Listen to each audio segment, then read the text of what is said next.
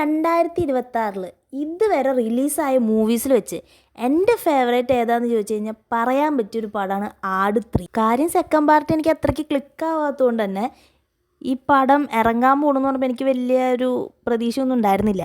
പിന്നെ ട്രെയിലർ കണ്ടപ്പോൾ എൻ്റെ അഭിപ്രായം കുറച്ച് മാറി. അതുകൊണ്ടാണ് ടിക്കറ്റ് എടുത്തത്. പക്ഷെ തിയേറ്ററിൽ കയറിയപ്പോൾ അടിപൊളിയായിരുന്നു. എനിക്ക് ഈ പടത്തിൽ ഏറ്റവും ഇഷ്ടമായത് എന്താണെന്നറിയോ? ഇതിൻ്റെ BGM. ഫസ്റ്റിലും സെക്കൻഡിലും തേർഡിലും സെയിം പാറ്റേൺ തന്നെ അവർ ഫോളോ ചെയ്തിട്ടുണ്ട്. പക്ഷേ ഓരോന്ന് കഴിയും തോറും അതിൽ ചെറിയ റീമിക്സൊക്കെ ആഡ് ചെയ്ത് അടിപൊളി BGM ആയിരുന്നു. നമ്മൾ തിയേറ്ററിൽ നമ്മൾ ഏറ്റവും കൂടുതൽ ഈ പടമായിട്ട് കണക്ട് ചെയ്യിപ്പിക്കുന്നത് ഇതിൻ്റെ BGM ആണ്.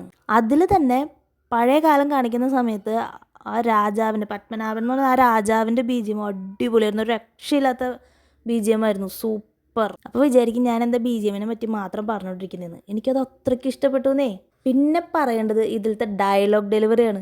പക്ഷെ എൻ്റെ പൊന്നോ അടിപൊളിയാണ്. ആ ഇൻട്രോയിൽ തന്നെ മറ്റേ ക്ലീറ്റസ് ഡോളർ മാറാൻ പോകുന്ന സീനൊക്കെ വളരെ രസമായിരുന്നു. പക്ഷെ എനിക്ക് ആ പടത്തിൽ ഏറ്റവും ഇഷ്ടപ്പെട്ട സീൻ ഏതാണെന്നറിയോ? ഇവർ ഒരു ജോത്സ്യനെ കാണാൻ പോകുന്ന ഒരു ഇതുണ്ട്. സുധീർ കാരമനെയാണ് ആ റോള് ചെയ്തിരിക്കുന്നത്. ആ ഭാഗത്തുള്ള കോമഡിയൊക്കെ അടിപൊളിയാണ്. പിന്നെ അടുത്തതായിട്ട് പറയാനാണെന്നുണ്ടെങ്കിൽ സിനിമയുടെ ഏറ്റവും അവസാനം നമ്മളിതിൽ സ്പെഷ്യലായിട്ട് എന്തെങ്കിലും ഉണ്ടാവുമല്ലോ, ക്ലൈമാക്സ് എന്തായിരിക്കും എങ്ങനെയായിരിക്കും എന്നൊക്കെ ഇങ്ങനെ വിചാരിച്ചിരിക്കുന്ന സമയത്ത് ഒട്ടും പ്രതീക്ഷിക്കാത്ത രീതിയിലുള്ളൊരു ക്ലൈമാക്സാണ്. ആകുമ്പോൾ ആ ഭാഗം ആകെ ഷോക്കായി പോയി. അങ്ങനത്തെ ഒരു ക്ലൈമാക്സാണ് ഈ പടത്തിന് വെച്ചേക്കുന്നത്. ആ സമയത്തുള്ള ഡയലോഗ് ചിരിച്ച് തിയേറ്റർ മൊത്തം ചിരിച്ച് മറിയായിരുന്നു. അത്രയ്ക്ക് തമാശയായിരുന്നു ആ ഭാഗം. അതുകൊണ്ട് തന്നെ ഇനിയിപ്പോൾ ഇതിനൊരു ആട് 3ക്ക് ഒരു സെക്കൻഡ് പാർട്ട് വന്നു കഴിഞ്ഞാൽ ഉറപ്പായിട്ടും ഫസ്റ്റ് ഷോക്ക് തന്നെ ഞാൻ പറ്റിയ ടിക്കറ്റ് എടുക്കും. അത്രയ്ക്ക് നല്ലൊരു എൻഡിങ്ങാണ് ആ പടത്തിനുള്ളത്. ഞാൻ പിന്നെ ഈ ടൈറ്റിൽ കാർഡ് വരുമ്പോൾ എനിക്കാണ്ട് നോക്കിയിരിക്കുകയായിരുന്നു, ഇനി എന്തെങ്കിലും കാണിക്കുമോ, എന്തെങ്കിലും ലീഡ് ഇടുമോ എന്നുള്ളത്. പക്ഷേ നമ്മൾ ട്രെയിലറിൽ കണ്ട ഭാഗങ്ങളൊക്കെ കാണിച്ചിട്ട് തന്നെയാണ് അപ്പോൾ പടം ഒരു ലീഡ് പോലെയാക്കി നിർത്തിയത്. അല്ലാതെ വേറെ സ്പെഷ്യലായിട്ടൊന്നും കാണിച്ചില്ല. കാരണം നമ്മൾ ഒരിക്കലും വിചാരിക്കില്ല അങ്ങനത്തെ ഒരു രീതിയിലാണ് ആ കൊണ്ട് നിർത്തിയത്. ശരിക്കും പറഞ്ഞാൽ നമുക്ക് ഡ്യൂഡിൻ്റെ ഡയലോഗ് പറയാൻ തോന്നി, ഇതെന്തുണ്ടമ്പൊരു സവോളവടയാണെന്ന്. അങ്ങനത്തെ ഒരു രീതിയിലാണ് ചെന്ന് നിന്നേക്കുന്നത്. പിന്നെ അടുത്തൊരു സീനെ പറ്റി പറയാനാണെന്നുണ്ടെങ്കിൽ ഡ്യൂഡ് ഹെലികോപ്റ്ററിൽ കയറി വരുന്നൊരു സീനുണ്ട്. ട്രെയിലറിലൊക്കെ ഉണ്ടായിരുന്ന ആ സീൻ. അതിൽ ആ ഡ്യൂഡിൻ്റെ ആ ഒരു ഇൻട്രോ, അതായത് അതിന് മുമ്പ് വരെ സെക്കൻഡ് പാർട്ടിലത്തെ പോലെ തന്നെ ഒരു അടിമ ലുക്കായിരുന്നു. പിന്നെ അതിന് ശേഷം ഡ്യൂഡായിട്ടുള്ള ഇൻട്രോ ഭയങ്കര കയ്യടിയും അടിപൊളിയായിരുന്നു. എനിക്ക് ശരിക്കും വിസിലടിക്കാൻ തോന്നി. അത്ര നല്ല രീതിയിലാണ് ആ ഭാഗം പ്ലേസ് ചെയ്തിരിക്കുന്നത്. ഫസ്റ്റിലും സെക്കൻഡിലുള്ളതിനെക്കാട്ടിലും കൂടുതൽ കയ്യെന്നിട്ടേക്കാണ് പുള്ളി. അടിപൊളിയായിട്ടുണ്ട്. സൂപ്പർ. പിന്നെ പാപ്പനായാലും അബു ആയാലും പടത്തിലുള്ള എല്ലാവരായാലും കലക്കി പൊളിച്ചിട്ടുണ്ട്. പിന്നെ ഈ പടത്തിലെടുത്ത് പറയേണ്ടതേ കുറേ അധികം റെഫറൻസുകൾ ഇവർ യൂസ് ചെയ്തിട്ടുണ്ട്. ഇപ്പോൾ ഉദാഹരണം പറയുകയാണെന്നുണ്ടെങ്കിൽ നമ്മുടെ സഖാവ് ശശി പറയുന്ന ഒരു ഡയലോഗുണ്ട്, കട്ടച്ചോര കൊണ്ട് ജ്യൂസ് അടിച്ച് സോഡ സർവത്ത്. അത് നമ്മുടെ ആവേശത്തിന് എടുത്തിട്ടുള്ളതാണ്. പിന്നെ അതുപോലെ ഇതിലൊരു നിക്കർ കാണിക്കുന്നുണ്ട്. ഇത് പിൻഗാമി മൂവിയിൽ ഇന്നസെൻറ്റിന് അങ്ങനത്തെ ഒരു സംഭവം കൊടുക്കുന്നുണ്ട്. പിന്നെ ഉള്ളത് നമ്മുടെ ഷമീർ ടാറ്റ കൊടുത്തിട്ട് പൂവല്ലേ പൂവല്ലേ എന്ന് പറഞ്ഞത്, ആ സംഭവം ചോട്ടാ മുംബൈ മൂവിയിലത്തെ ആ ഒരു സാധനം പിടിച്ചിട്ടുണ്ട്.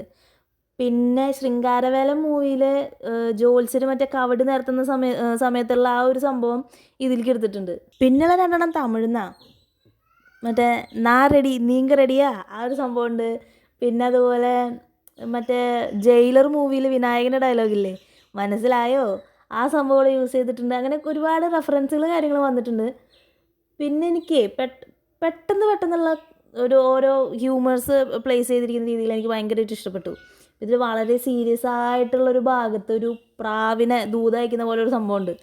അതിനെ പൊക്കി വിട്ട സമയത്ത് അത് കറക്റ്റ് മുഖത്തേക്ക് തന്നെ പണിയിപ്പിക്കും. അപ്പോൾ ഒക്കെ നല്ല രസമായിരുന്നു. അപ്പോൾ അതായത് നമ്മൾ സീരിയസ് ആയിട്ട് എന്തെങ്കിലും ഉണ്ടാവുമല്ലോ എന്ന് വിചാരിച്ച് ഇങ്ങനെ ഇരിക്കുന്ന സമയത്ത് പെട്ടെന്നൊരു തമാശ അതിൽ പ്ലേസ് ചെയ്തേക്കുക. അതൊക്കെ നല്ല രസമായിരുന്നു. ശരിക്കും പറഞ്ഞാൽ നല്ല രീതിയിൽ എൻജോയ് ചെയ്തിട്ട് കണ്ടൊരു മൂവിയായിരുന്നു.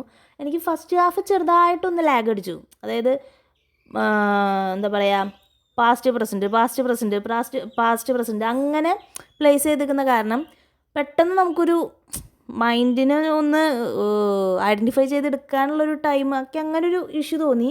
അതുകൊണ്ടൊരു ഇത്തിരി ലാഗ് അടിച്ചു ഫസ്റ്റ് ഹാഫ്. സെക്കൻഡ് ഹാഫ് അടിപൊളിയായിരുന്നു. തീരെ ലാഗ് അടിച്ചില്ല, നല്ല രസമായിട്ട് പോയി. എനിക്കിപ്പോൾ തിയേറ്ററിലായാലും ഫസ്റ്റ് ഹാഫിൻ്റെ സമയത്തൊക്കെ കുറേ പേര് ഫോണൊക്കെ ഓൺ ചെയ്ത്, നമുക്ക് ലൈറ്റ് കാണാമല്ലോ, കുറേ പേര് ഫോണൊക്കെ ഓൺ ചെയ്ത് എടുക്കുന്നതുകൊണ്ട് എൻ്റെ മുന്നിലത്തെ റോയിലിരുന്ന ആളായാലും ഇടയ്ക്കിടയ്ക്ക് ഫോണൊക്കെ എടുക്കുന്നുണ്ടായിരുന്നു ഫസ്റ്റ് ഹാഫിൽ.